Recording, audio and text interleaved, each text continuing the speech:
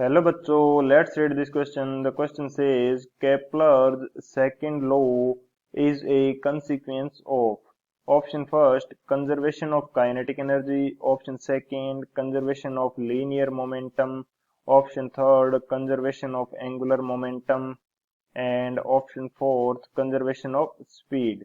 तो इस क्वेश्चन के अंदर हमें बोला गया है कि केपलर का जो सेकंड लॉ है ये किसका डेरिवेटिव है। तो बात करते हैं की कंसेप्ट के अंदर हम लोग डिस्कस करेंगे कि जो केपलर का सेकंड लॉ है ये बेसिकली है क्या, एंड उसके बाद में की कंसेप्ट से देखेंगे कि ये किसका डेरिवेटिव है या किसका कंसिक्वेंस है। तो बात करें यदि केपलर्स सेकंड लॉ इसके अकॉर्डिंग यदि कोई प्लेनेट एक सर्कुलर ऑर्बिट के अंदर मूव कर रहा है तो वो सेम टाइम के अंदर सेम एरिया स्वीप आउट करेगा। ये क्या है, केपलर का सेकंड लॉ है। यदि मैं इसको लिखना चाहूं, as a planet moves around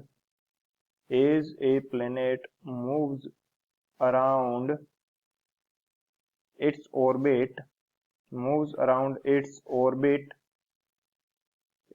orbit it sweeps out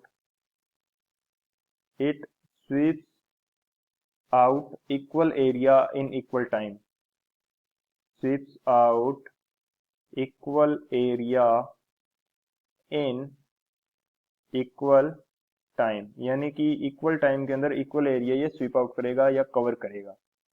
तो यानी कि जो एरियल वेलोसिटी है ये कांस्टेंट रहती है। एरियल वेलोसिटी जो होगी ये क्या रहेगी, कांस्टेंट रहेगी।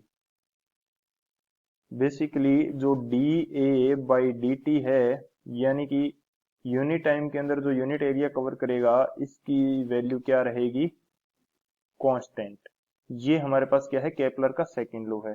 अब बात करते हैं इसकी कंसेप्ट से इस क्वेश्चन के सॉल्यूशन की यदि बात की जाए तो हमारे पास क्या है, dA/dt क्या रहना चाहिए, dA/dt कांस्टेंट रहना चाहिए। dA हमारे पास क्या है, यदि मैं एक बार d को हटा देता हूं एंड एरिया इन टाइम की डायरेक्ट बात की जाए तो एरिया हमारे पास क्या हो जाएगा, ये हमारे पास होता है पाई आर स्क्वायर, एंड टी हमारे पास क्या है, टाइम पीरियड की वैल्यू क्या हो जाएगी, ये हमारे पास हो जाएगा 2πr distance by velocity v के इक्वल। तो अब यदि यहाँ से देखा जाए तो पाई से पाई कैंसिल हो जाएगा, एक आर से एक आर कैंसिल हो जाएगा। अब मैं यहाँ पे ऊपर और नीचे दोनों साइड क्या कर देता हूँ, मास का मल्टीप्लाई कर देता हूँ। तो जो ऊपर की वैल्यू है ये मेरे पास क्या बन जाएगी, ये मेरे पास बन जाती है mvr, एंड नीचे की जो वैल्यू है ये मेरे पास क्या रहती है 2m, एंड mvr हमारे पास क्या होता है, एंगुलर मोमेंटम।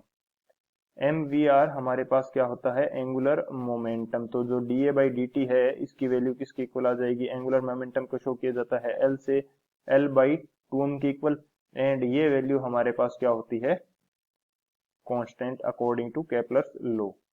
तो यहाँ से हमारे पास क्या रिलेशन आता है कि जो मास है सैटेलाइट का ये रहने वाला है कांस्टेंट, मास तो कांस्टेंट रहेगा, एंड यदि ये कांस्टेंट रहेगा तो जो एंगुलर मोमेंटम है ये भी हमारे पास कांस्टेंट रहने वाला है। तो जो हमारे पास केपलर का सेकंड लॉ है ये किसका कंसिक्वेंस हो जाएगा, ये हो जाएगा कंजर्वेशन ऑफ एंगुलर मोमेंटम, यानी कि एंगुलर मोमेंटम कंजर्व रहेगा। तो कौन सा ऑप्शन हमारे पास करेक्ट हो जाएगा, जो ऑप्शन थर्ड है कंजर्वेशन ऑफ एंगुलर मोमेंटम, ये हमारा करेक्ट हो जाएगा। So option third is the final answer. I hope you understood it well. Best of luck. Thank you.